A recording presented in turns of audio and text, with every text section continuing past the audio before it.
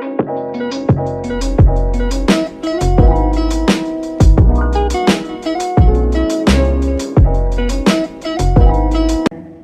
Swastiastu.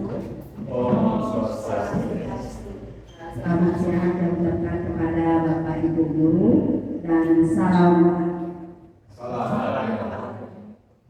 Saya ucapkan terima kasih atas kehadiran Bapak Ibu Guru dalam acara hari ini. Di sini perkenalkan, nama saya Gusti Putu Novika Ananta Widayami. Saya CGP Angkatan 11 dari Kabupaten Jember. Dalam pendidikan TGP ini saya didampingi oleh pengajar praktik yaitu Bapak Eko Prasetyo dan fasilitator saya yaitu Bapak Dedi Reso. Pada kesempatan ini izinkan saya untuk memaparkan pemahaman dan pengalaman saya tentang budaya positif. Nah, sebelumnya mungkin Bapak atau Ibu sudah pernah mendengar kata budaya positif. Sekarang siapa yang mau mencoba memberikan pendapatnya apa itu budaya positif? Ya, silakan kita coba apa itu budaya positif. Baik.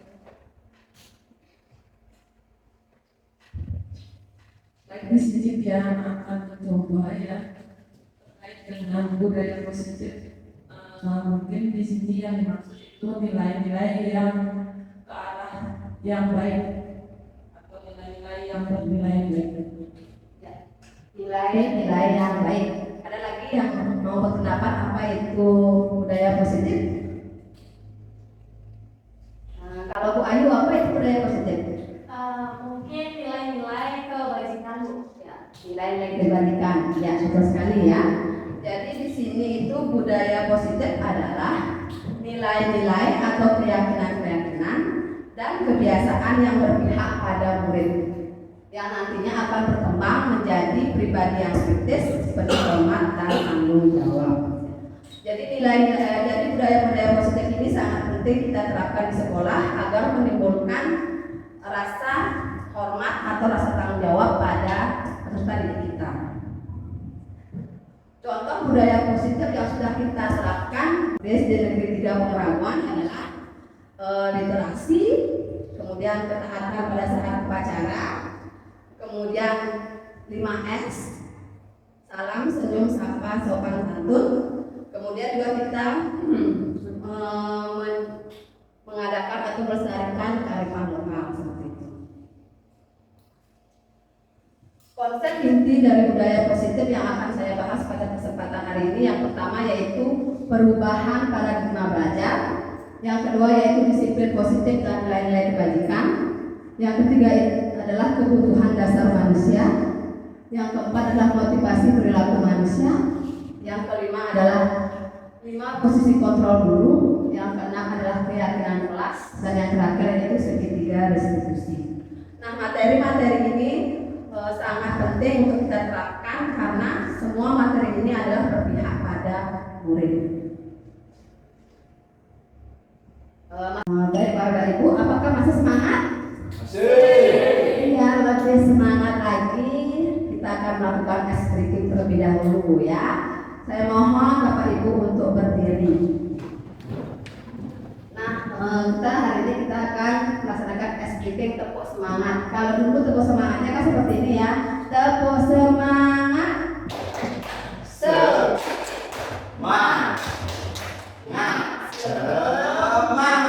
Kalau itu kan dulu ya. Kalau sekarang ada tepuk semangat versi barunya ya. Coba saya akan kasih contoh tepuk semangat. Dan ding ding ding ding, dung dung dung dung, dang ding ding ding dung dung dung dung, aha aha ma, aha aha ma, aha aha semangat ya, biar lebih semangat lagi Bapak Ibu Guru ya. Bisa? Bisa. Kita sama-sama ya, tepuk semangat. Ding ding ding ding, dung dung dung dung, dang ding ding ding ding, dung dung dung dung, ha ha ha ha, Ma,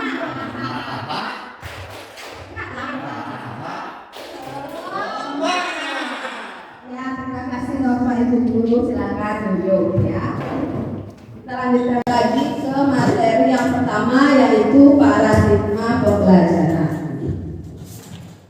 Pembelajaran dengan paradigma baru adalah pembelajaran yang dirancang berdasarkan prinsip pembelajaran berdiferensiasi, sehingga peserta didik belajar sesuai dengan kebutuhannya berdasarkan tahapan perkembangan sesuai teori psikologi modern untuk mewujudkan profil pelajar Pancasila. Menurut filosofi Ki Hajar Dewantara, pembelajaran itu harus berpihak pada murid. Ya, jadi di sini kalau dulu pembelajarannya itu adalah berpihak pada guru, sekarang itu dengan paradigma baru kita disebut sebagai seorang guru atau pendidik adalah pembelajaran yang berpihak kepada murid seperti itu. Caranya yang pertama itu guru adalah sebagai pamong. Pamong itu artinya guru harus bisa menjadi teladan yang baik. Selain itu juga guru harus bisa menuntun murid agar sesuai dengan kodratnya, agar bisa mengembangkan, agar bisa mendapatkan keselamatan dan kebahagiaan yang setinggi-tingginya. Nah, jika sudah pembelajaran berpihak pada murid, maka dapat terwujudnya profil pelajar Pancasila. Seperti yang Bapak Ibu ketahui, profil pelajar Pancasila itu ada 6. Yang pertama itu beriman, bertakwa kepada Tuhan Yang Maha Esa dan berakhlak mulia. Jadi di sini diharapkan peserta didik itu mampu memahami ajaran agamanya dan memiliki budi pekerti yang luhur. Yang kedua yaitu berkebinekaan global. Jadi di sini peserta didik diharapkan untuk mencintai budayanya, ya, seperti itu. Kemudian yang ketiga yaitu adalah bergotong royong. Dalam bergotong royong ini diciptakan nilai yang timbul pada peserta didik, yaitu nilai kolaborasi, peduli, dan saling berbagi. Selanjutnya yaitu mandiri. Mandiri adalah peserta didik sadar akan dirinya sendiri dan mampu mempertanggungjawabkan apa yang telah dia lakukan, seperti itu. Selanjutnya yaitu kreatif. Kreatif di sini adalah murid bisa memunculkan gagasan baru yang nantinya akan berguna bagi dirinya sendiri dan orang lain. Yang terakhir adalah pengenalan kritis. Jadi dalam pengenalan kritis diharapkan murid-murid dapat menganalisis informasi sehingga dapat mencapai tujuan yang diharapkan. Nah, di sini yang akan mengajak untuk Bapak Ibu mencoba buka ya dalam kegiatan mengepalkan tangan. Yang minta 2 orang guru maju ke depan untuk membantu saya menerapkan perubahan paradigma dalam kegiatan kepalan tangan. Coba Pak Kadek dan Bu Ayu, silakan maju ke depan.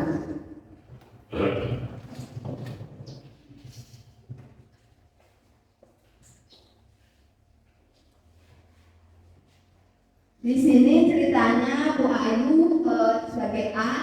Bu Ayu itu di tangannya itu mengepalkan sebuah benda berharga seperti itu ya. Kemudian Bapak Kada itu yang B itu berusaha untuk merayu Bu Ayu untuk dapat mengetahui benda berharga apa yang ada di kepala tangan dari Bu Ayu seperti itu. Pak Kada bisa melakukan apa saja agar bisa mengetahui apa isi dari kepala tangan Bu Ayu. Pak Kada bisa membujuk, mengancam, merayu, dan juga bisa menyuap Bu Ayu seperti itu. Coba sekarang praktekkan ya. Satu aja. Coba silakan Pak Dek. Gimana caranya biar Bu Ayu mau membuka tangannya?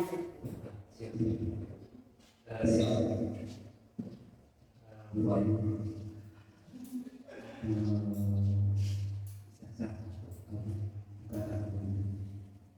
Tidak Pak, jangan. Dari barang berharga Pak, boleh dilihat dengan orang lain. Hanya saja saya yang bisa melihat.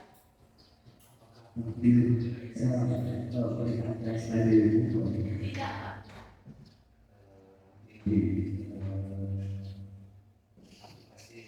Uang yang lain itu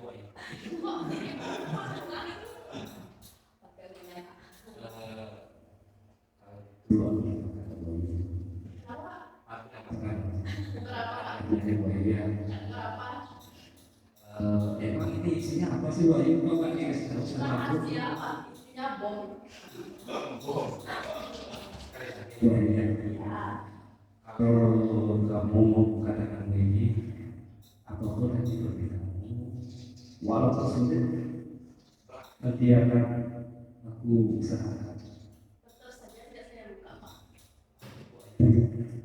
Apalagi syaratnya buat itu? Usahakan Pak. Usahakan Ya. begitu loh. Kulaikan lagi. Harganya yang juga bisa beli itu juga nggak bisa. Kalau begitu, aku kasih yang lain nomor ini ya, nomor nomor PA ya. Soalnya masih belum ada kalau ini. Dari mana Pak? Dari balik lagi ya kalau kamu ya sudah. Bagaimana Pak Dek? Nggak bisa? Ya, silakan duduk ya. Silakan duduk. Kasih tepuk tangan.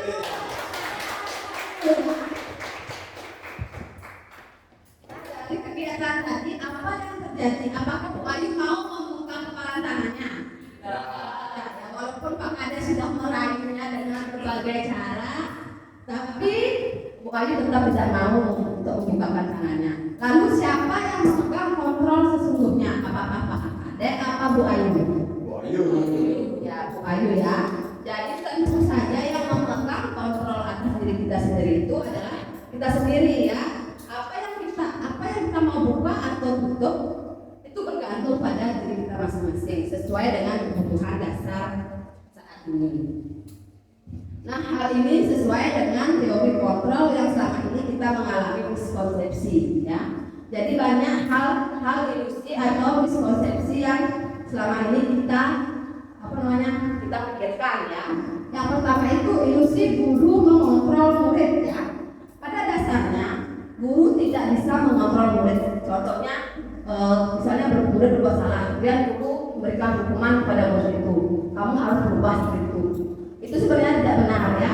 Jadi yang bisa merubah murid itu adalah diri sendiri yang ada pada murid, yaitu motivasi dalam diri.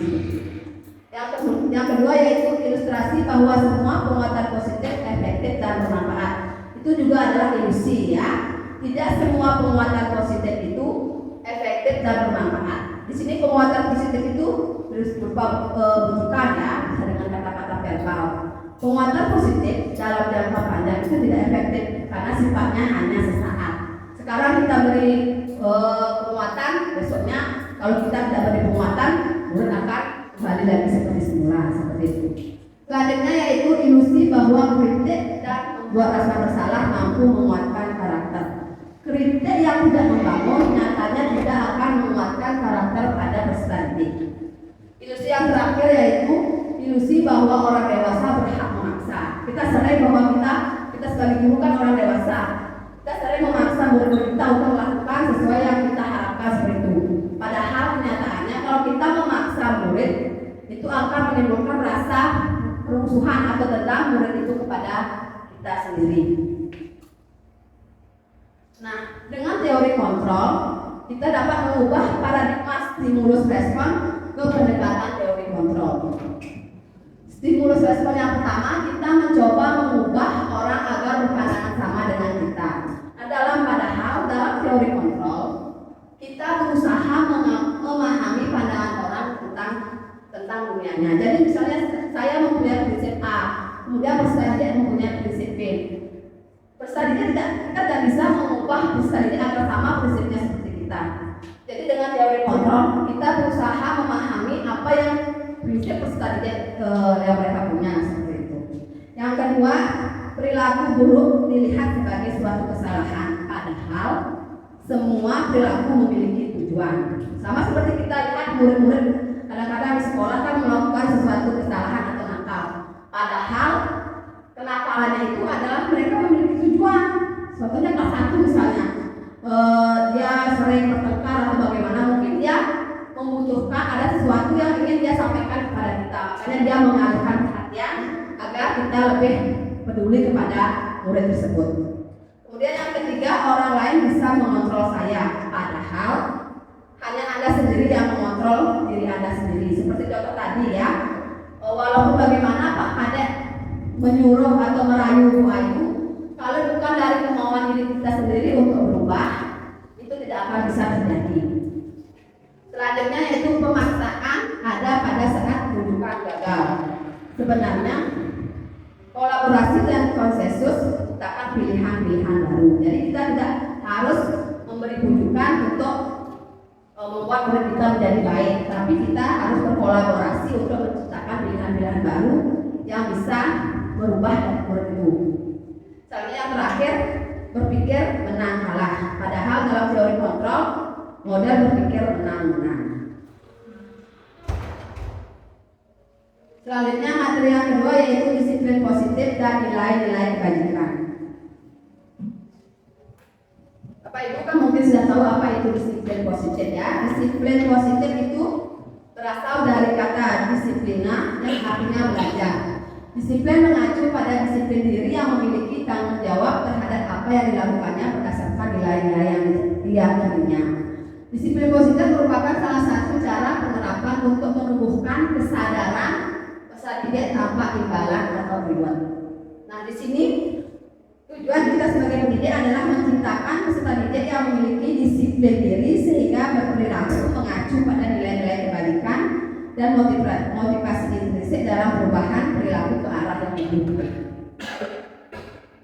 Kemudian pendekatan disiplin positif.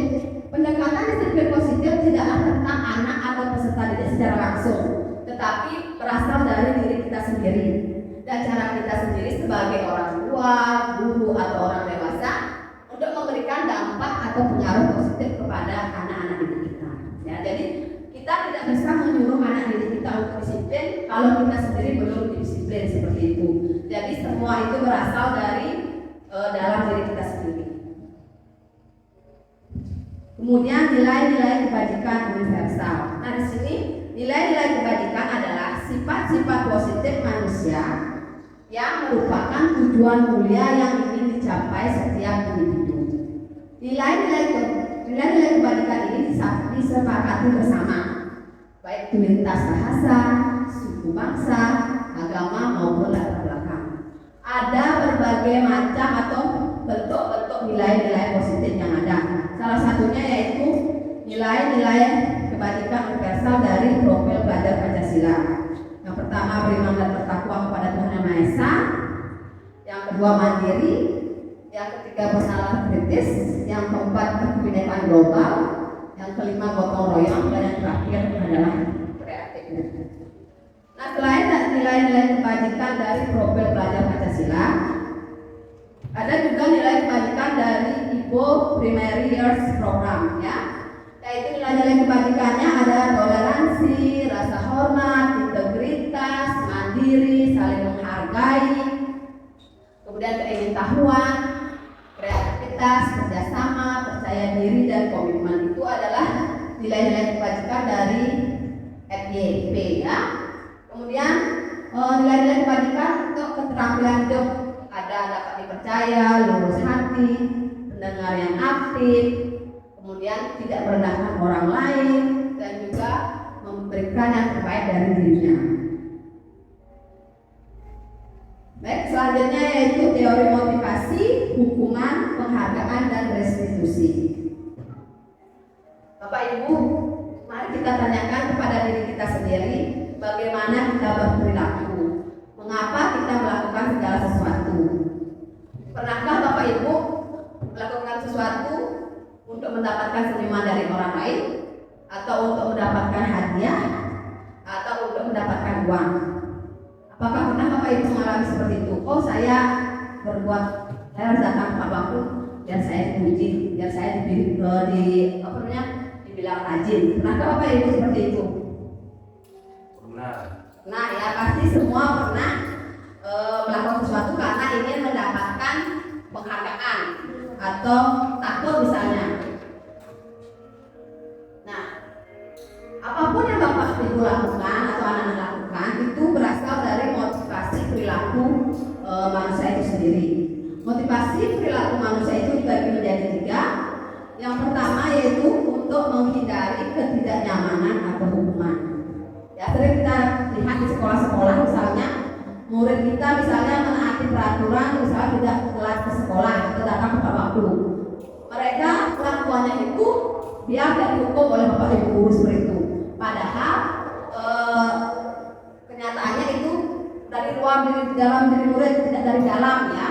Jadi kita harus menimbulkan rasa murid itu biar dari dalam diri sendiri, mereka biar datang tepat waktu. Oh, saya datang tepat waktu bukan karena saya tidak mau dihukum, bukan saya ingin bilang rajin, tapi karena sadar tentang menghargai diri sendiri. Kemudian yang kedua untuk mendapatkan imbalan atau penghargaan. Sering juga kita atau murid-murid melakukan sesuatu itu agar dapat penghargaan. Oh, nanti akan kalau saya misalnya membantu ibu guru membersihkan meja, nanti saya akan dikasih permen. Selanjutnya kalau kita tidak memberikan imbalan lagi atau penghargaan, murid-murid tidak akan melakukannya lagi. Itu juga namanya motivasi eksternal ya. Berarti yang pertama dan yang kedua itu motivasi eksternal, berarti dari luar ya, kemauan untuk melakukan sesuatu itu karena dari luar.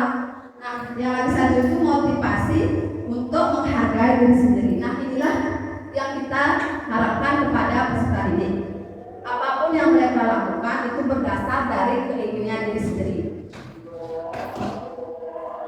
Motivasi internal adalah peserta didik melakukan sesuatu bukan karena untuk menghindari hukuman dan juga bukan karena untuk mendapatkan penghargaan, tetapi peserta didik sadar bahwa mereka sudah menghargai dirinya sendiri.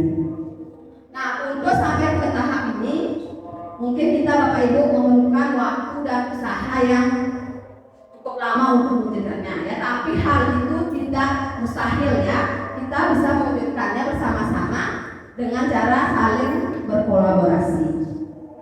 Nah, ini dapat kita wujudkan dengan cara menanamkan kebiasaan-kebiasaan baik atau yang sederhana dari peserta kepada peserta didik. Menurut Ki Hajar Dewantara, merdeka itu artinya tidak terlepas dari perintah, akan tetapi juga cara untuk perintah diri sendiri ya. Jadi jika kita sudah menimbulkan motivasi internal, secara otomatis akan menciptakan disiplin positif dan sikap berdoa. Selanjutnya yaitu hukuman dan penghargaan. Dalam menjalankan peraturan atau keyakinan kelas atau sekolah, bila mana ada sesuatu yang pelanggaran, tentu sesuatu harus terjadi.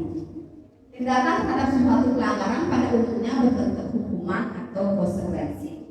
Dalam pembahasan ini kita akan mengenal program disiplin positif yang dinamakan restitusi. Jadi kalau Bapak Ibu selama ini kalau murid melakukan suatu kesalahan, kita pasti identik dengan menghukum atau konsekuensi ya. Padahal ada cara yang lebih ideal untuk bisa menciptakan hal positif kepada murid.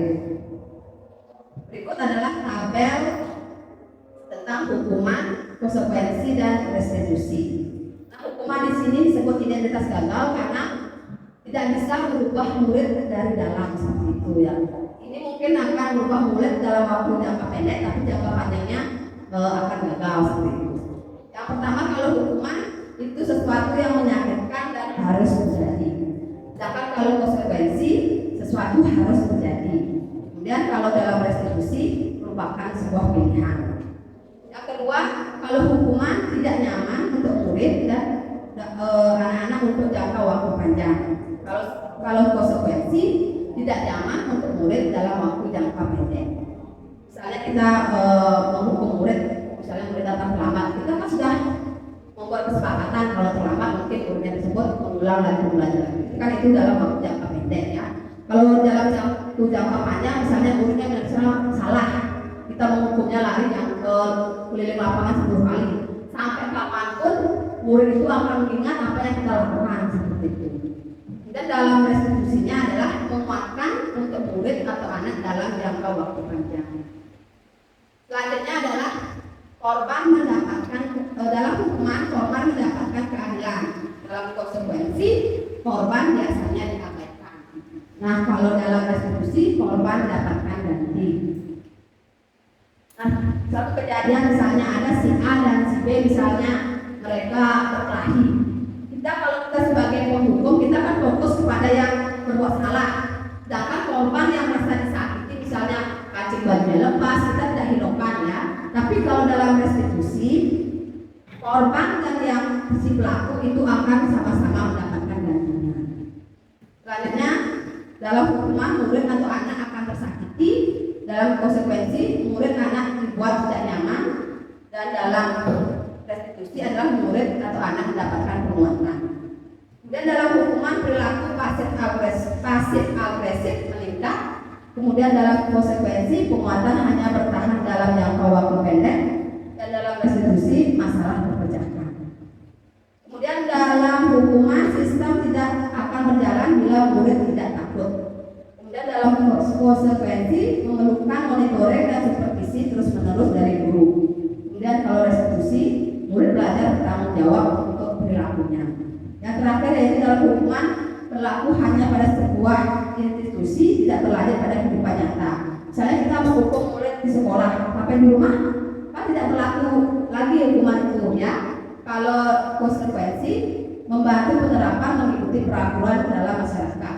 Nah, kalau dalam restitusi fokus pada pemecahan masalah dalam jangka waktu panjang. Berdasarkan tabel tersebut, maka dapat dijelaskan tentang hukuman, konsekuensi, dan restitusi. Nah, kalau hukuman itu sifatnya tidak terencana, serta-merta misalnya melihat murid melakukan pelanggaran langsung kita hukum, ya. Kemudian bersifat satu arah. Kemudian bisa berupa hukuman fisik, psikis, atau kata-kata kotor. Sedangkan kalau konsekuensi bersifat rencana, ya sudah disepakati terlebih dahulu, berarti sudah ada perundingan dengan murid, kalau kita berbuat salah berarti nanti akan ada konsekuensinya. Kemudian bentuk konsekuensi dibuat oleh pihak guru. Yang terakhir yaitu restitusi. Nah, restitusi ini adalah proses menciptakan kondisi bagi murid untuk memperbaiki kesalahan dan secara kolaboratif untuk mencari solusinya. Jadi kalau restitusi ini kita tidak mencari siapa salah yang benar, tapi kita berusaha untuk memperbaiki sifat murid yang melakukan pelanggaran. Jadi nantinya diharapkan dari dalam diri murid itu sendiri mereka tidak akan mengulangnya kesalahan itu lagi. Nah, berikut adalah contoh tindakan guru. Sekarang saya minta Bapak Ibu untuk menyebutkan dari tindakan-tindakan ini yang mana termasuk hukuman dan mana termasuk konsekuensi. Bapak Ibu bisa menuliskannya di pocket ini ya. Nanti kita bahas sama-sama.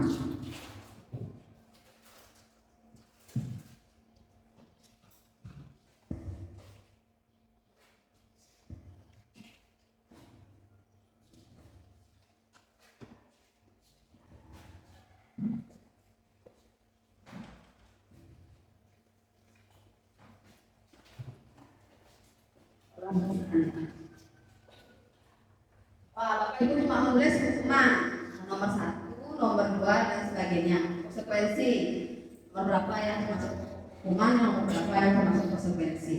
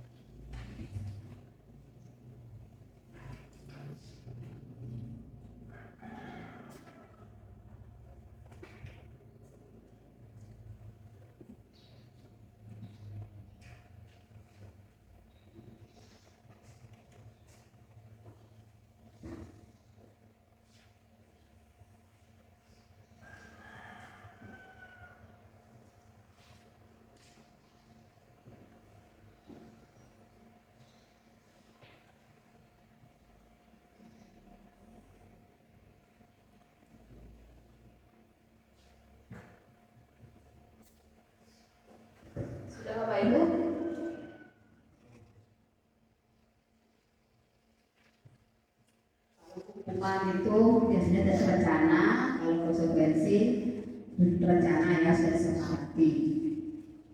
Kalau hukuman itu biasanya dengan kata-kata atau dengan fisik ya. Konsekuensi sudah disepakati apa jenis hukumannya.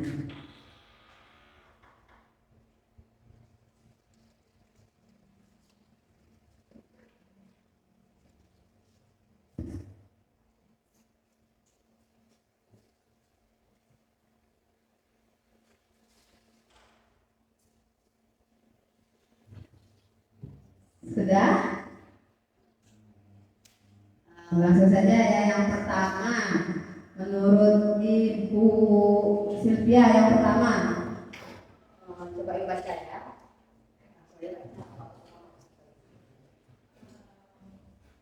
Kalau hukuman yaitu seperti murid diminta untuk puasa 15 kali karena tidak menggunakan masker ke sekolah.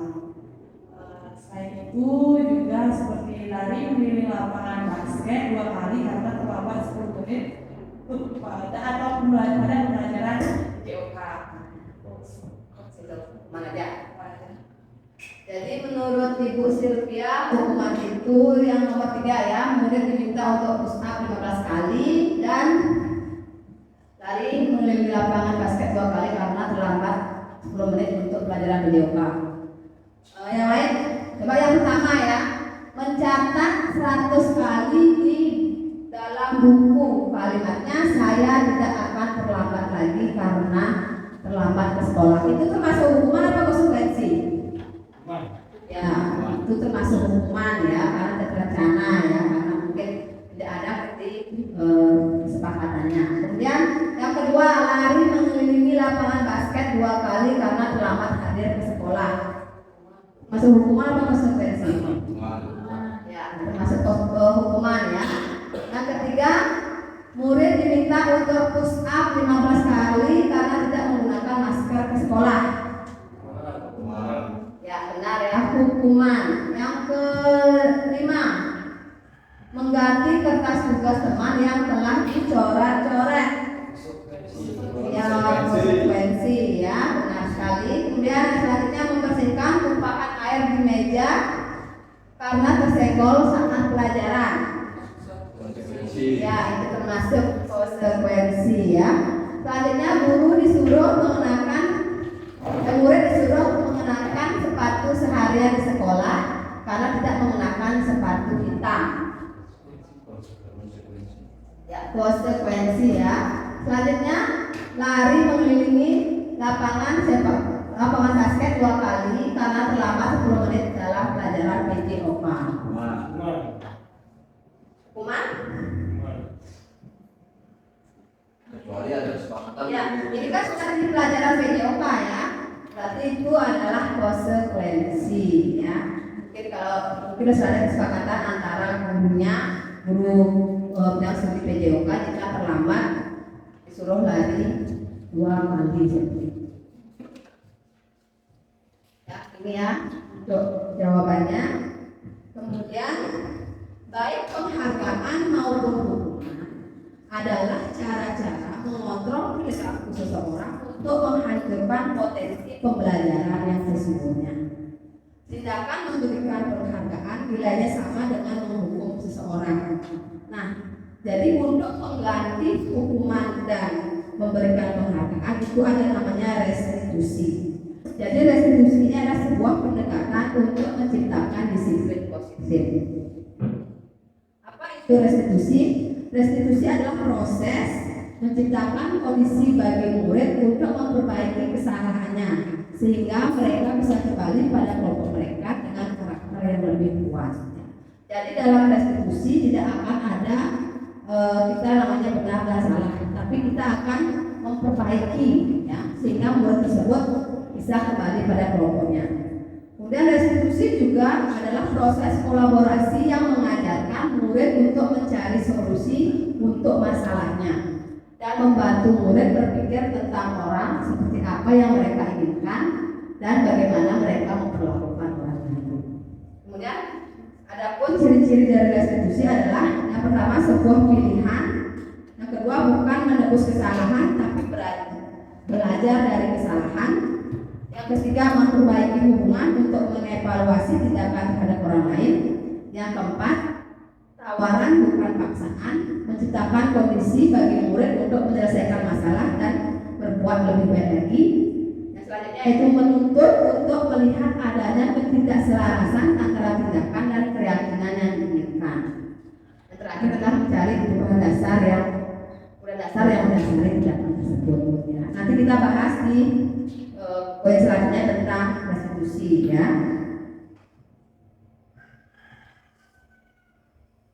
Nah, ini ada contoh kasus ada siswa tidak mengerjakan tugas.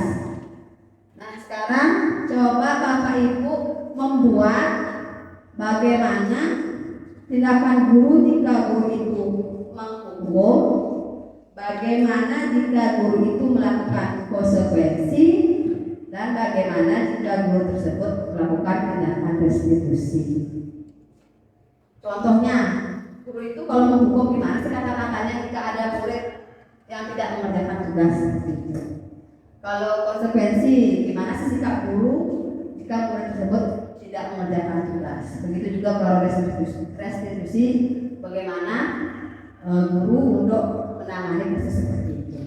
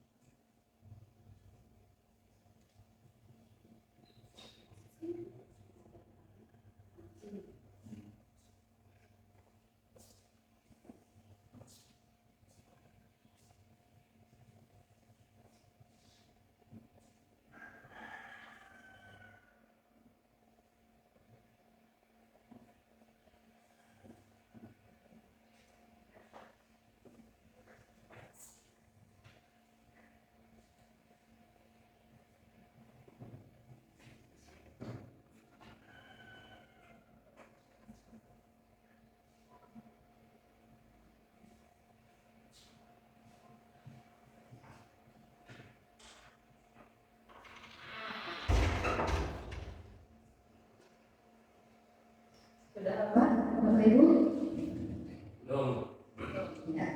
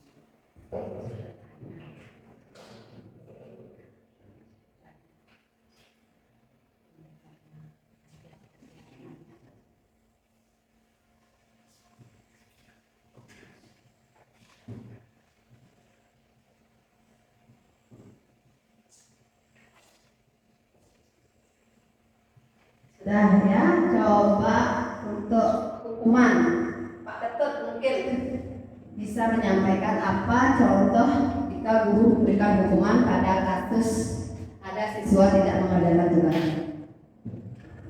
Baik, terima kasih Bu. Mungkin saya satu guru jika ada siswa tidak mengerjakan tugas terutama di kelas saya, mungkin untuk hukumannya bisa dia berdiri di depan kelas selama jam pelajaran. Karena kadang susah dari dulu dikasih tugas tapi pulang-pulang tidak bikin atau gimana di rumah. Jadi untuk hukumannya biar lebih jelas, saya dulu berdiri di depan kelas sama dengan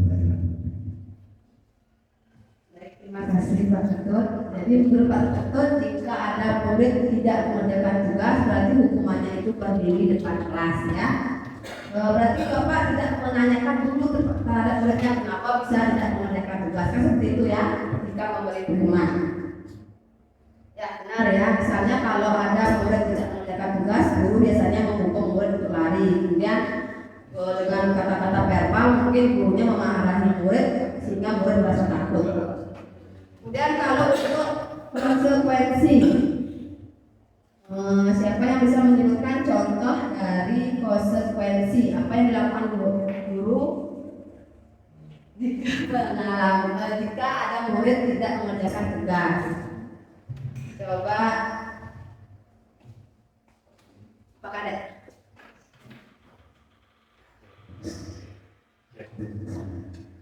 Baik, terima kasih.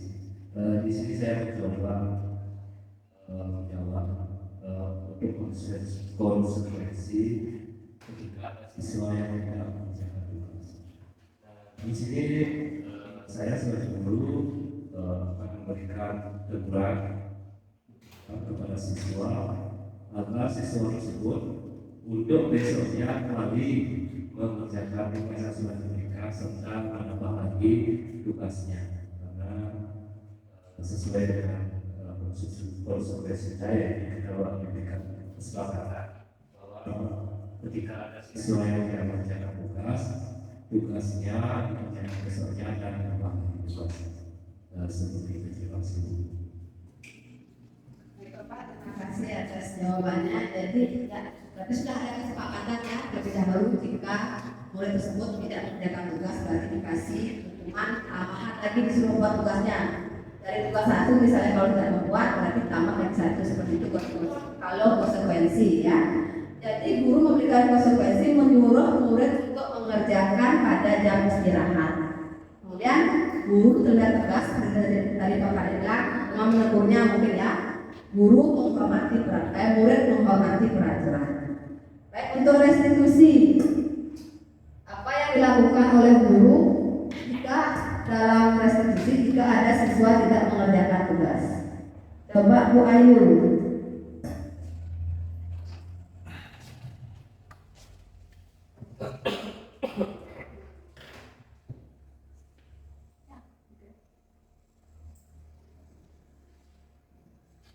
Baik, terima kasih Ibu untuk kesempatannya.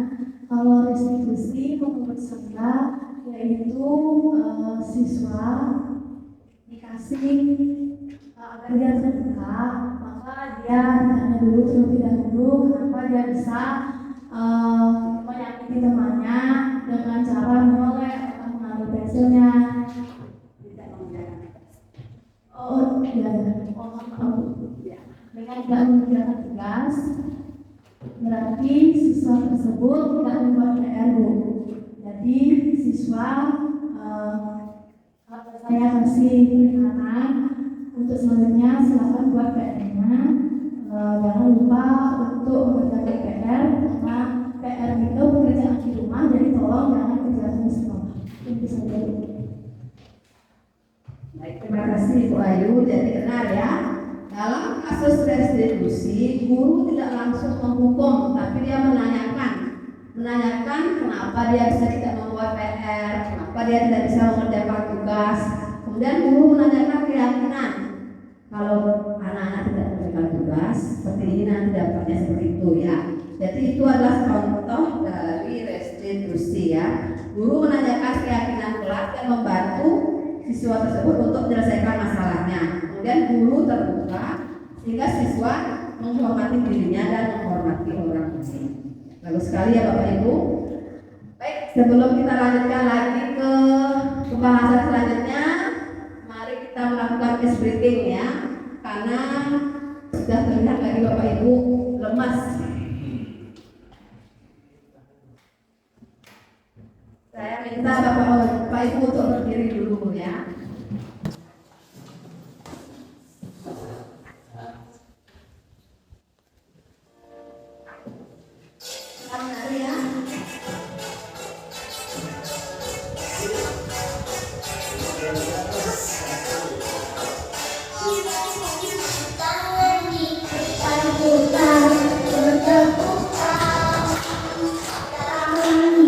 diputar-putar, pegangan bahu, tangan diputar-putar, pegangan muka, goyang-goyang, goyang-goyang, goyang-goyang, yang baru ya, diputar-putar, bertepuk tangan diputar-putar, pegangan bahu, tangan diputar-putar, pegangan muka, goyang-goyang, goyang-goyang, goyang-goyang, diputar-putar,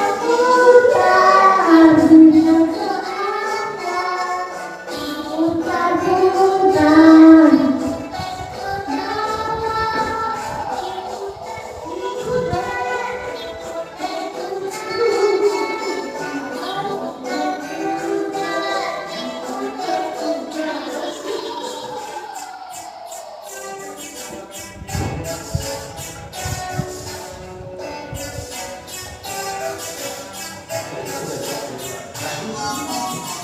tangan diputar-putar, bertepuk tangan diputar-putar, pegangan bahu, tangan diputar-putar, pegangan muka, goyang-goyang, goyang-goyang, goyang-goyang, tangan diputar-putar, bertepuk tangan diputar-putar, pegangan bahu, tangan diputar-putar, pegangan muka, goyang-goyang, goyang-goyang, goyang-goyang, diputar-putar,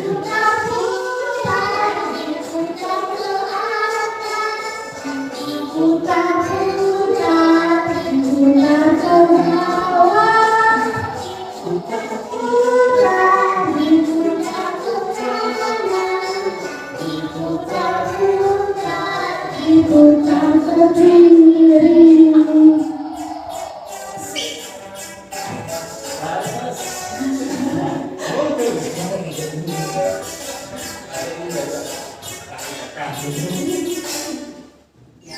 Terima kasih Bapak Ibu.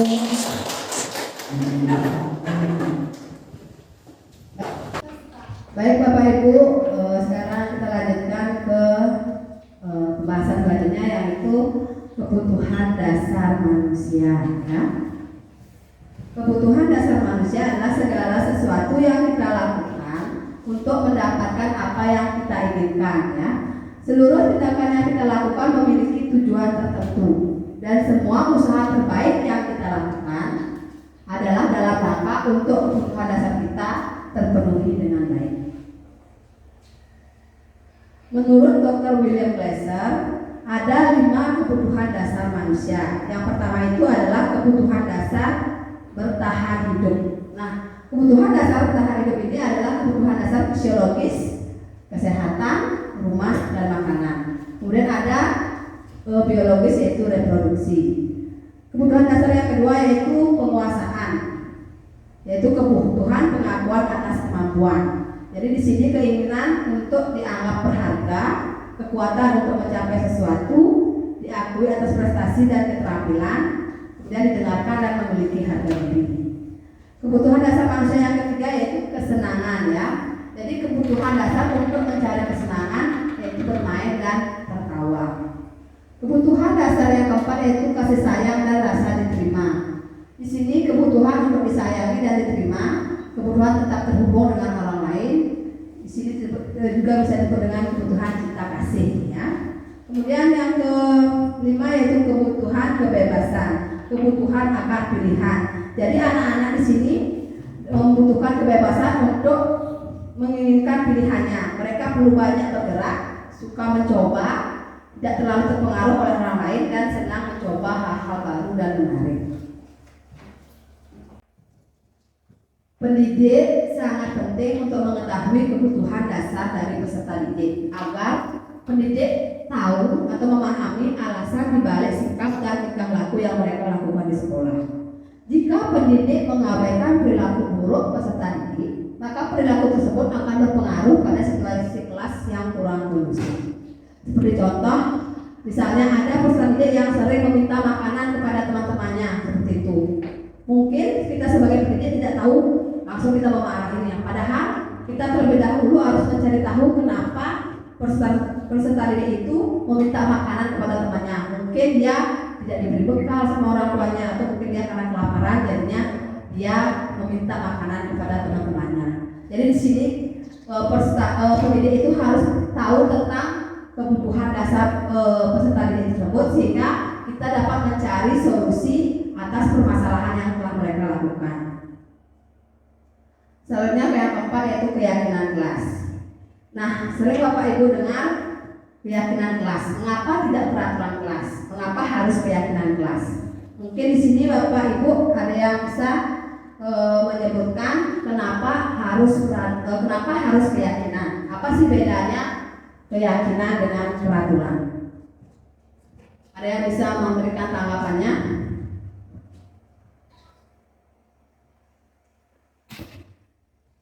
Ya, coba Pak Ketut. Mungkin bedanya menurut saya dari pandangan saya pribadi, kalau mungkin untuk antara keyakinan dan peraturan. Kalau peraturan itu mungkin sifatnya peraturan itu dibuat dan mengikat, menurut saya. Ya, itu sistemnya mengikat. Dan keyakinan itu lebih menjurus pada apa yang diyakini, apa yang diinginkan. Itu dari saya. Oke ya. Baik, terima kasih Bapak Ketut. Ya, sangat benar ya. Kalau peraturan itu sifatnya lebih mengikat atau satu arah ya. Jadi biasanya kalau peraturan itu hanya dibuat oleh satu pihak saja. Kalau keyakinan itu adalah nilai-nilai kebajikan atau prinsip-prinsip yang telah disepakati secara universal. Orang akan lebih bersemangat atau tergerak untuk melakukan keyakinannya daripada hanya mengikuti peraturan. Kemudian keyakinan kelas dibuat berdasarkan kesepakatan antara guru dan murid yang bersifat universal ya. Jadi seperti tadi yang saya sampaikan, kalau peraturan hanya dibuat satu arah oleh guru saja atau oleh sekolah, kalau keyakinan sudah terjadi interaksi atau kolaborasi antara guru dan murid di dalam kelas. Kemudian peraturan biasanya dibuat oleh guru yang bersifat satu arah. Sudah ya Bapak Ibu. Nah, dari pemaparan yang saya berikan, manakah yang merupakan keyakinan kelas? Apakah yang A atau yang B? Yang mana termasuk keyakinan kelas? Apakah yang A atau yang B? Yang mana termasuk keyakinan? Yang keyakinan yang B, Bu. Karena di sana kami marah, contohnya itu yang di pada poin A di B itu kami guru dan murid yang saling menyayangi. Itu keyakinan kita sebagai guru dan murid itu harus saling menyayangi. Kalau itu menurut saya keyakinan. Ya, benar sekali ya. Jadi di sini yang merupakan keyakinan itu adalah yang B. Kenapa? Karena kalau keyakinan itu ada nilai-nilai kebajikannya, ya. Nilai kebajikan yang sudah disepakati bersama. Sedangkan kalau yang A itu tepatnya lebih ke peraturan karena dia lebih terperinci, ya. Jadi yang lebih cocok ke keyakinan adalah yang ke B seperti itu. Nah, ini ada beberapa peraturan. Coba Bapak Ibu perhatikan. Nah, dari peraturan ini Bapak Ibu coba sebutkan keyakinan kelasnya yang seperti apa.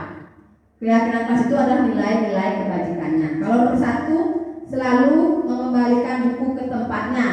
Apa contohnya keyakinannya? Apa Bu Gita? Tanggung jawab. Iya, benar ya. Kalau selalu mengembalikan buku ke tempatnya, berarti keyakinannya atau nilai-nilai yang ada di peraturan tersebut yaitu tanggung jawab. Yang kedua, dilarang mengganggu teman atau mengganggu orang lain. Apa? Ya, dilarang mengganggu orang lain berarti nilai-nilai kebajikannya atau keyakinan kelasnya yaitu menghormati orang lain ya. Yang ketiga, hadir di sekolah 15 menit sebelum pembelajaran yang lain. benar sekali ya. Itu adalah nilai keyakinannya adalah disiplin. Kemudian dilarang melakukan kekerasan. Apa nilai keyakinannya?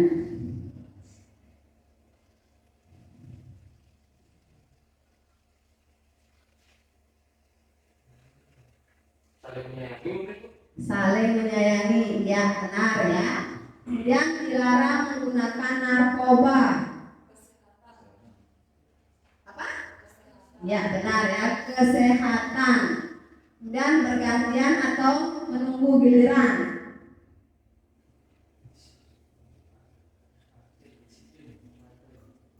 Disiplin. Masuk disiplin juga ya. Kemudian menggunakan masker. Kesehatan. Kemudian jangan berlari di kelas atau koridor. Ya, keamanan ya. Jadi Bapak Ibu sudah bisa membuat keyakinan kelasnya nanti di kelasnya masing-masing ya.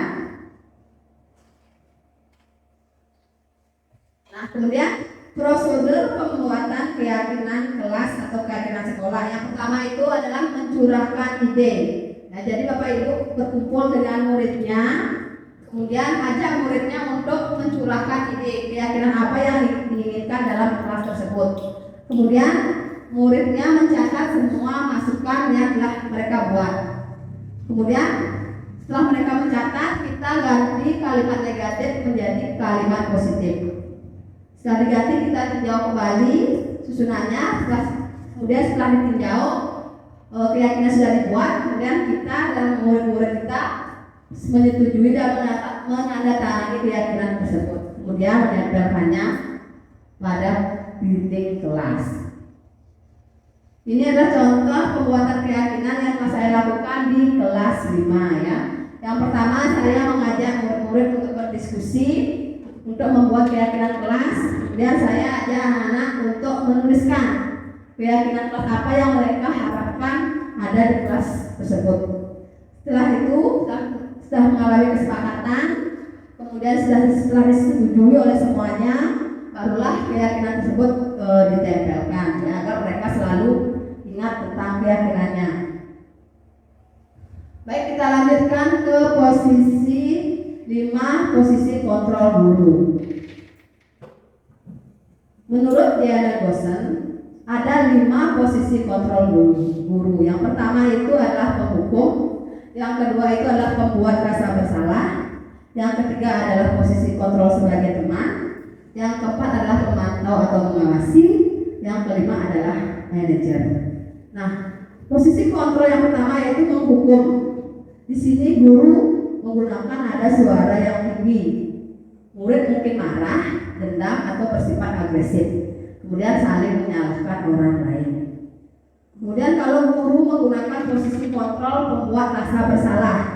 Di sini guru menggunakan suara mengelas, halus, lembut. Kemudian murid akan merasa bersalah. Murid akan merasa gagal dan tidak sanggup lagi dan tidak sanggup membahagiakan orang lain. Kemudian murid di sini menyangkal, menyembunyikan dan berbohong.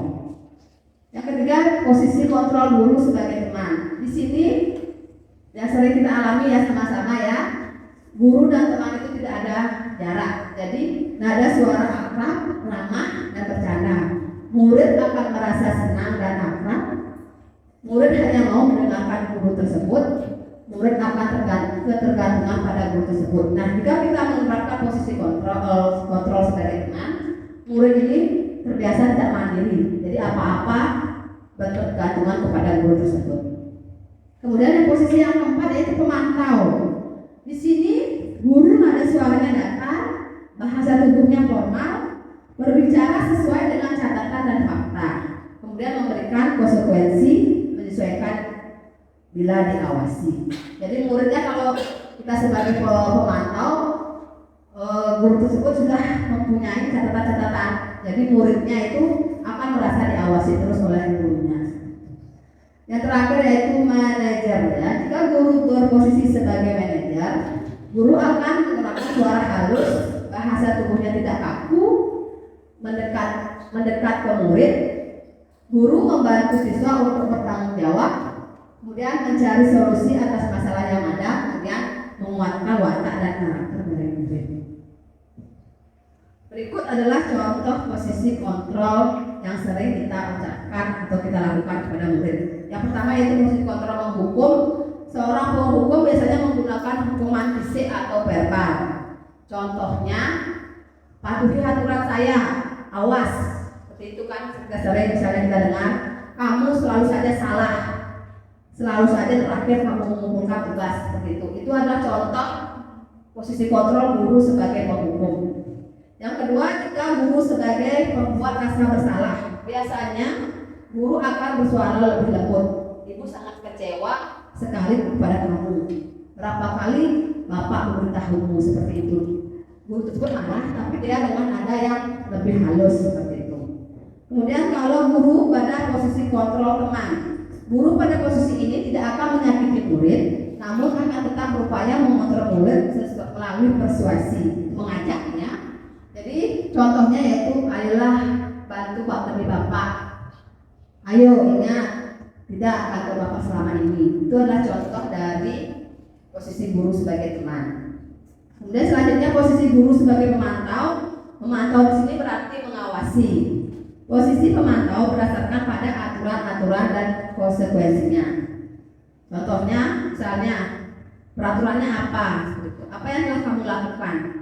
Sanksi atau konsekuensinya apa? Berarti di sini guru memiliki catatan-catatan tentang kelakuan-kelakuan dari murid tersebut.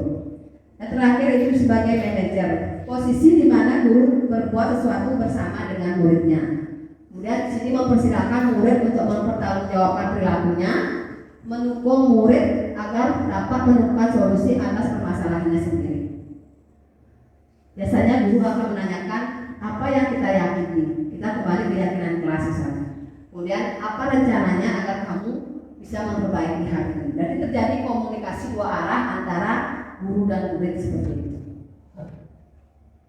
Berikut adalah tabel 5 posisi kontrol guru. Posisi penghukum dan rasa bersalah itu adalah identitas gagal. Kenapa identitas gagal? Karena di sini tidak akan menumbuhkan kesadaran dalam diri murid tersebut. Kemudian posisi teman, pemantau dan manajer itu adalah identitas berhasil. Nah, berikut adalah contoh dari tindakan guru berbuat. Kalau penghukum biasanya gurunya itu menghardik, menunjuk-nunjuk, menyakiti dan menyindir murid.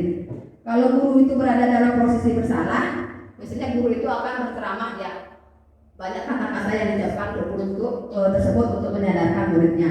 Nah, sedangkan kalau guru itu sebagai teman, dia akan membuat alasan-alasan untuk muridnya. Nah, kalau muridnya sebagai pemantau, dia akan menghitung atau mengukur kesalahan murid. Jika sudah mencapai yang ditargetkan, dia akan langsung memberikan konsekuensi. Nah, kalau guru sebagai manajer yaitu mengajukan dengan beberapa pertanyaan, tidak langsung menyalahkan muridnya. Kemudian jika gurunya berkata, kalau penghukum gurunya berkata kalau kamu tidak melakukannya, awas ya, rasakan ya. Berarti di sana itu ada rasa ancaman ya. Kemudian kalau membuat rasa bersalah, kamu seharusnya tahu ibu lelah sekali mengatakannya. Ibu stres seperti itu ya. Itu adalah contoh dari membuat rasa bersalah. Kemudian kalau posisi kita sebagai teman, dia lebih ke mengajak ya. Ayo lakukan demi ibu. Masa kamu tidak mau seperti itu? Itulah contoh dari kita posisi kita sebagai teman. Kemudian kalau posisi kita sebagai pemantau, apa peraturannya? Jadi itu menanyakan kesepakatan yang sudah dibuat seperti itu. Kemudian kalau kita sebagai manajer, kita akan menanyakan keyakinan murid, apa yang kita yakini, apa yang bisa dikerjakan untuk menyelesaikan masalah tersebut. Jadi adanya keterbukaan antara guru dan murid. Kemudian hasilnya, jika kita sebagai penghukum, hasilnya adalah murid akan memberontak, menyalahkan orang lain dan berbohong. Kalau kita sebagai posisi bersalah, pembuat rasa bersalah, murid akan meletakkan guru di dalam dunia yang berkuat. Kalau pembuat rasa bersalah, murid akan menyembunyikan atau menyangkal perbuatannya. Kemudian kalau sebagai teman, adanya rasa ketergantungan antara guru dan murid dan guru seperti itu. Selanjutnya jika ada guru sebagai pemantau, menyesuaikan murid akan menyesuaikan diri bila diawasi. Kalau kita sebagai manajer akan menguatkan pribadi masing-masing. Kemudian kaitannya dengan dunia berkualitas. Kalau kita sebagai penghukum, murid meletakkan guru di luar dunianya yang berkualitas. Kemudian kalau sebagai pembuat rasa bersalah, murid meletakkan guru di dalam dunia yang berkualitas. Sedangkan jika sebagai teman, murid meletakkan guru sebagai seseorang yang sangat penting dalam dunia berkualitas. Dan sebagai pemantau, murid meletakkan guru, peraturan dan hukum di dunia berkualitas. Dan sebagai manajer, murid meletakkan dirinya sebagai individu yang positif dalam dunia yang berkualitas. Kemudian tanggapan murid jika gurunya melakukan penghukum, biarkan saja, nanti juga marah-marah lagi. Ya, dalam istilahnya itu muridnya jadi acuh kepada gurunya ya kalau kita sebagai penghukum. Kemudian kalau gurunya pembuat rasa bersalah, maafkan saya Pak, seperti itu. Kalau kita sebagai teman, saya pikir Bapak Ibu teman saya ternyata begitu. Seperti itu yang akan dikatakan oleh murid. Sedangkan kalau kita sebagai pemantau, yang akan dikatakan oleh murid kita adalah berapa banyak bintang yang akan saya peroleh, berapa halaman yang harus saya tulis. Jadi itu adalah posisi sebagai pemantau. Dan selanjutnya kalau kita sebagai manajer, bagaimana cara saya bisa memperbaiki keadaan yang nanti timbul dari dalam diri murid tersebut untuk memperbaiki kesalahannya. Yang terakhir, dampaknya jika guru posisinya sebagai penghukum, dampaknya adalah murid tersebut akan terus mengulangi perbuatannya karena tidak berasal dari dalam dirinya sendiri. Kemudian kalau pembuat rasa bersalah, merasa rendah diri, ya. Kemudian kalau sebagai teman, lemah, tidak mandiri, jadi selalu bergantung pada kita, ya. Seperti dia akan merengek-rengek kepada kita dianggap sebagai temannya seperti itu. Kemudian kalau kita sebagai pemantau, dampaknya pada murid yaitu menitik beratkan pada sanksi atau hadiah untuk dirinya sendiri. Dan yang terakhir, jika kita sebagai manajer, dampaknya pada murid adalah murid bisa mengevaluasi dirinya sendiri, bagaimana cara untuk memperbaiki diri. Nah, posisi ideal seorang guru adalah posisi di mana guru tersebut berbuat sesuatu bersama dengan murid, mempersilahkan murid bertanggung jawab atas perilakunya, mendukung murid agar dapat menemukan solusi atas permasalahannya sendiri. Posisi manajer mengacu pada restitusi yang dapat menjadikan murid sebagai manajer bagi dirinya sendiri sehingga terciptanya identitas positif atau berhasil pada murid.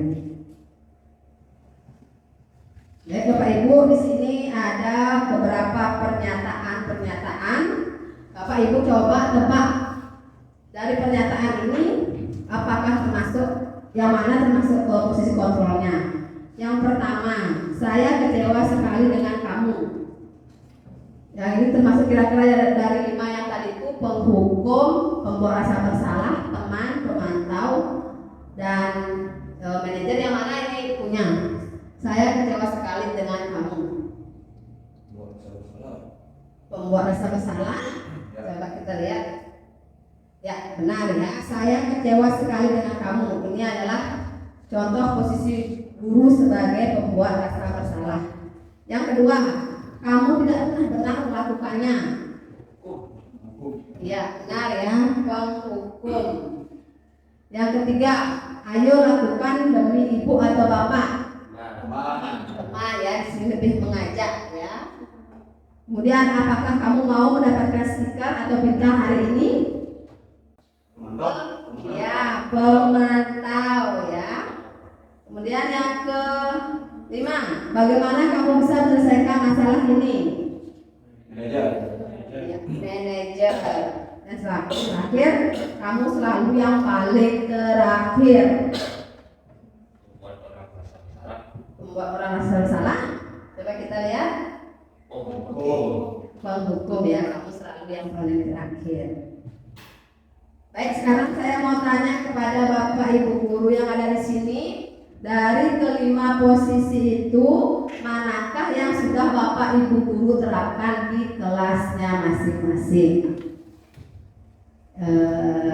Coba Bu Gita.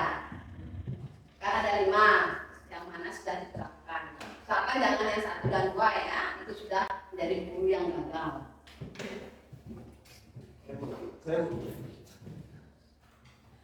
Baik, saya akan mencoba posisi kontrol apa yang sudah Bapak atau Ibu guru terapkan selama ini untuk yang di kelas ya.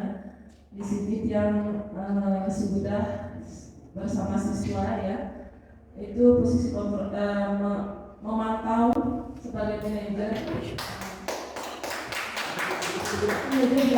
siswa ya, kemudian juga sekaligus sebagai teman mereka sehingga chemistry atau hubungan kita dengan siswa itu lebih terjalin lagi, kemudian juga bisa sedikit menerapkan sebagai digabungkan dari kesekian posisi kontrol tadi itu, yang juga menambahkan mungkin di sini hukumannya yang ringan-ringan saja Bu, mungkin yang bersifat positif saja, tidak terlalu ke hal yang berat seperti itu. Baik, terima kasih. Kasih tangan dulu Ibu Gita. Kontrol yang itu yang pertama sebagai teman, pemantau dan manajer. Mungkin adakah yang mau ingin berpendapat lagi? Ya, Pak Kadek.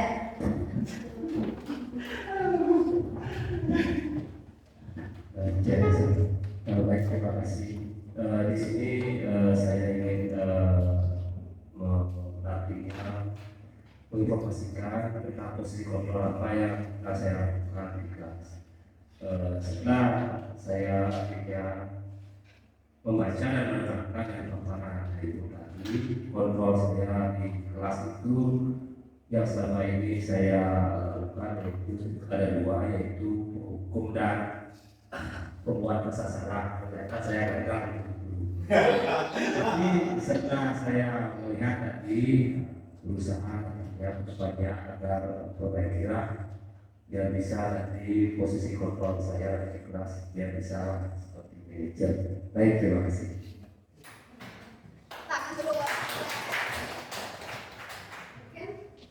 Taruh ya. Ya, kita sama-sama belajar ya, tapi nanti kita belajar bersama-sama agar kita tidak menerapkan yang sebagai penghukum dan sebagai pembuat rasa bersalah. Ya, usahakan kita belajar dari teman dan pemantau saja seperti itu. Mungkin ada yang Nanti dari saya ya, mungkin bisa melihat sebelumnya. Baik, terima kasih Bu. Dari sekian tadi tentang posisi kontrol guru, saya selaku wali lebih menerapkan contoh kemarin ini lebih condong sebagai teman dulu, lebih menerapkan posisi kontrol sebagai teman, karena fakta di lapangan dulu setelah saya menerapkan itu ternyata seperti yang dibilang dari Yuri kan posisi teman, apalagi itu manajer dan pemantau itu kalau dikolaborasikan kata Bu Gita itu bagus, sangat bagus. Cuman saya lebih condong ke teman. Mungkin dalam peperan Ibu teman itu mungkin kita jadinya sesuatu kemanjangan gitu. Tapi fakta di lapangan berbeda. Ternyata setelah itu siswa memang lebih dekat pada kita karena kita dianggap sebagai teman, tidak dicamputi dan tidak disekali, walaupun tetap hormat karena kita sebagai guru. Ya lebih condong ke teman menurut saya. Karena prinsip saya ini Bu, sebagai seorang guru nantinya, saya tuh nggak mau menjadi guru yang disegani, ditakuti atau diingat sama siswa. Tapi satu hal yang saya itu ingin jadi guru yang ada di hati siswa. Seperti itu. Dan saya lebih condong ke arah teman. Teman itu harus lebih dekat. Saya lebih mungkin arahnya sama seperti kita, nanti kita jadi manajer juga karena kita selalu karena teman otomatis mereka itu terbuka, siswa itu terbuka dari kita dari hal kecil sampai hal besar. Itu Bapak dari saya. Baik, terima kasih Pak Ketut atas masukannya. Ya, walaupun sebagai teman, tapi kita akan mencari posisi yang lebih ideal, yaitu sama-sama kita belajar untuk menjadi ke posisi manajer, ya. Tepuk tangan dulu buat kita semua.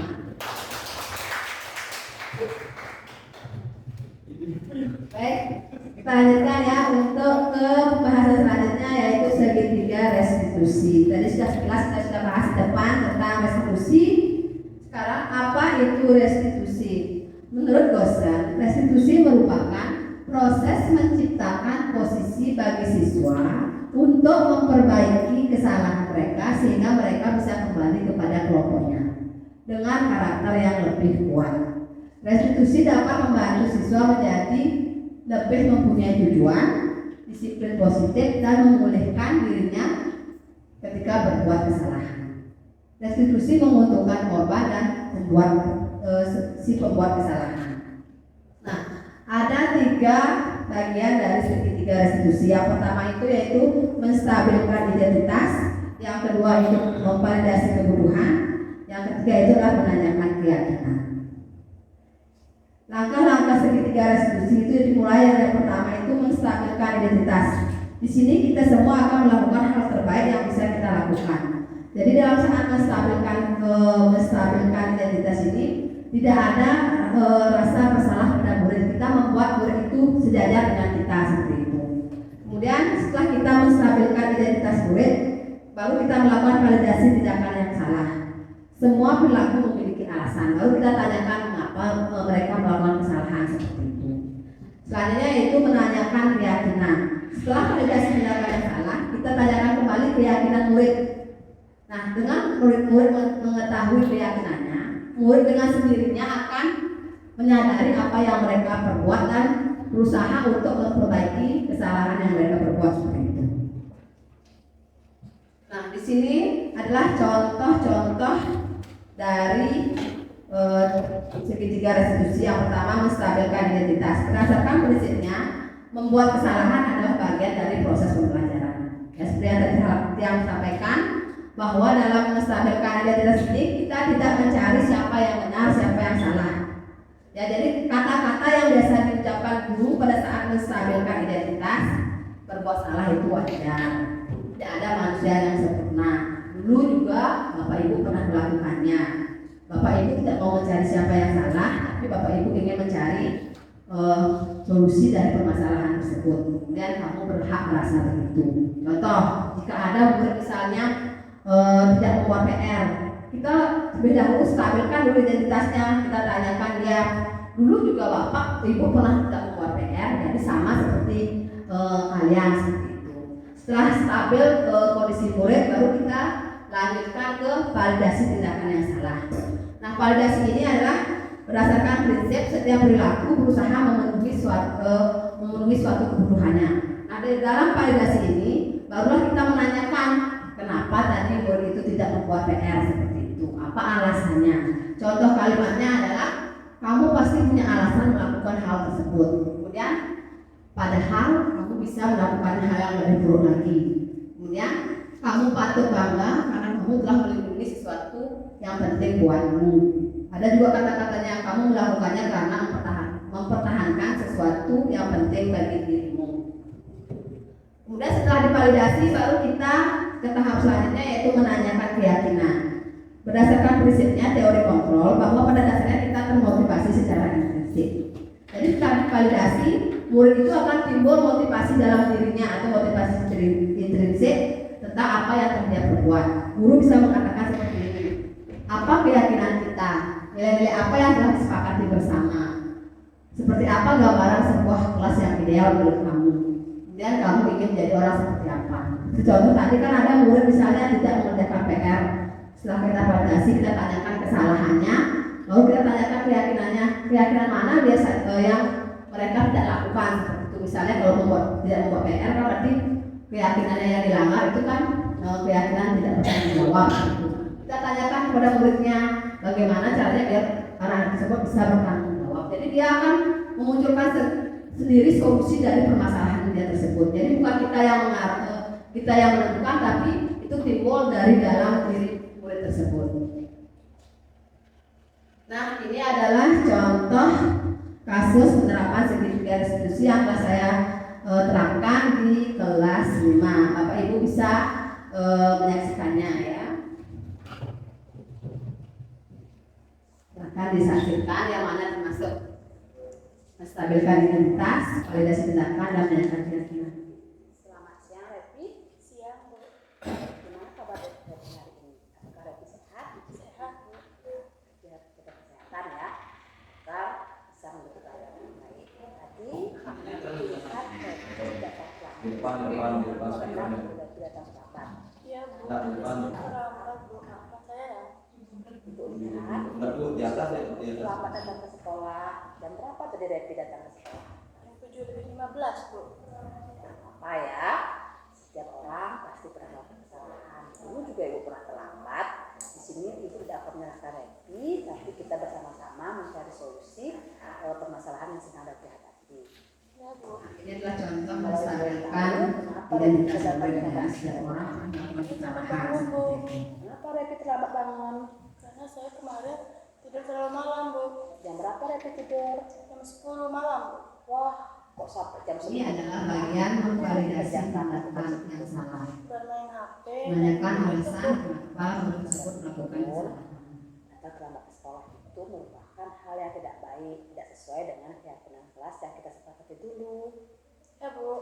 Dalam keyakinan kelas ini, yang mana tidak sesuai dengan perbuatan Repi. Disiplin tanggung jawab, Bu. Ya. Nah, disiplin dan tanggung jawab itu merupakan yang perlu kita lakukan oleh setiap orang. Sekarang itu Yang menanyakan terakhir itu menanyakan keyakinan apa yang akan yang dilakukan agar tidak Repi berada tidak dalam datang lagi ke sekolah. Bangun dari pagi, Bu. Selain itu, apa lagi? Tidur di bawah jam 10 malam, Bu. Ya benar ya, jadi Repi harus bangun pagi, tidur di bawah jam 10 malam. Selain itu, di rumah siapa yang membangunkan Repi biasanya? Ada, Bu. Ibu saya.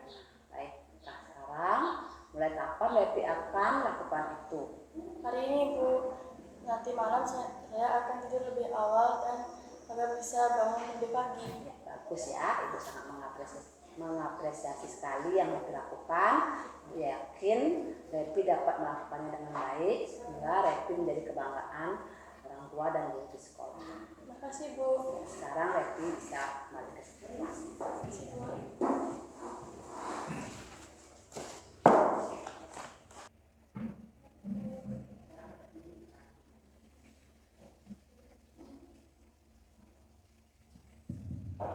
Baik Bapak Ibu, itu adalah contoh kasus yang telah dilakukan dalam menerapkan segitiga restitusi ya. Di sana berarti kita adanya rasa saling keterbukaan antara guru dan murid seperti itu. Jadi tidak ada saling menyalahkan. Kita sebagai guru semestinya harus mencari tahu kebutuhan apa yang ingin terpenuhi dari murid.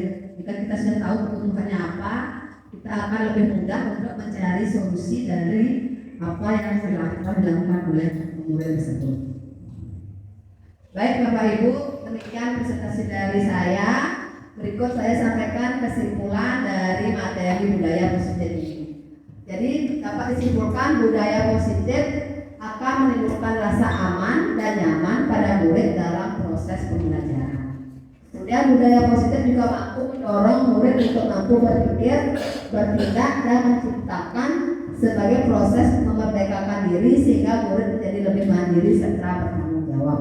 Jadi dia mau bertanya sama Bapak Ibu, apakah penting budaya positif ini diterapkan di sekolah SD Negeri 3 Pengeraguan ini? Penting apa tidak Bapak Ibu? Sangat penting. Ya sangat penting ya. Jadi mari kita bersama-sama saling berkolaborasi untuk dapat menjadi atau memberikan pembelajaran yang berpusat pada murid sehingga kita bisa menciptakan budaya positif ini dengan baik dan kita bisa lakukannya secara terus-menerus dan konsisten. Baik, yang terakhir Bapak Ibu, setelah saya melakukan presentasi, saya ingin menanyakan bagaimana perasaan Bapak Ibu setelah mengikuti kegiatan hari ini. Ya, jadi Bapak Ibu bisa menuliskannya di kertas post-it-nya, kemudian ditempelkan di papan ya seperti itu. Tuh, Kertasnya tolong dibagikan ya.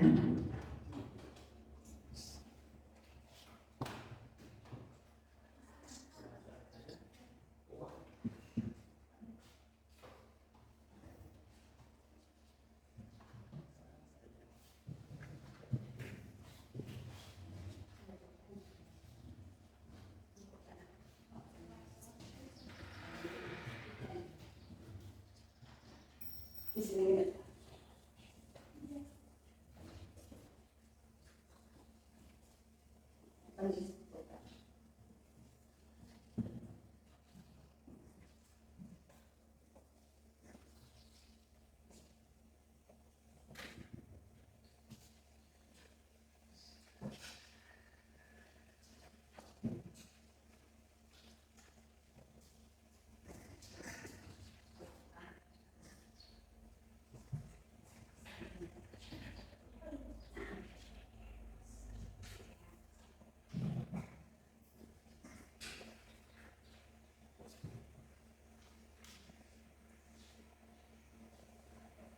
Bapak Ibu yang sudah bisa menempelkannya di depan ya.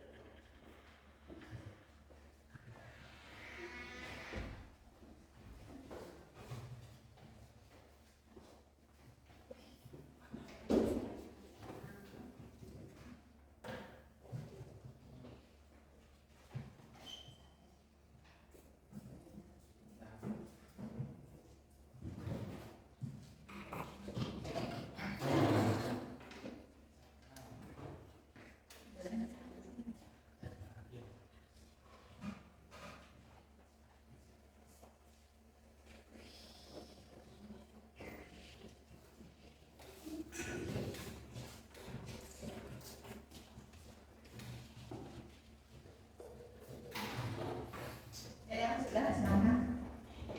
Atau titipkan kalau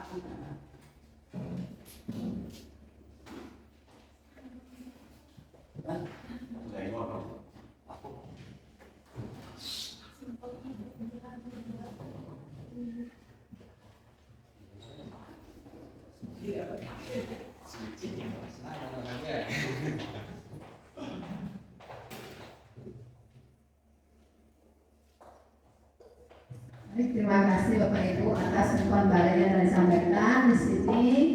Ada yang mengatakan sangat senang dengan ilmunya yang bermanfaat yang nantinya bisa digunakan atau diaplikasikan pada siswa di kelas. Kemudian ada lagi menyenangkan ya.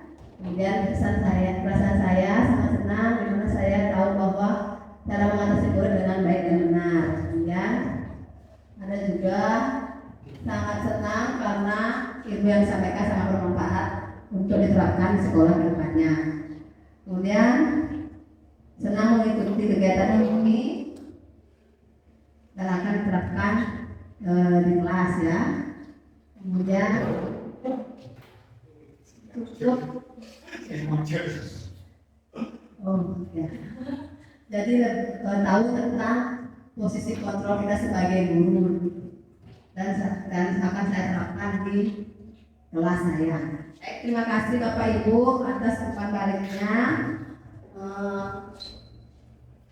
Saya ucapkan terima kasih karena kesediaan Bapak Ibu telah mengikuti acara ini sampai selesai.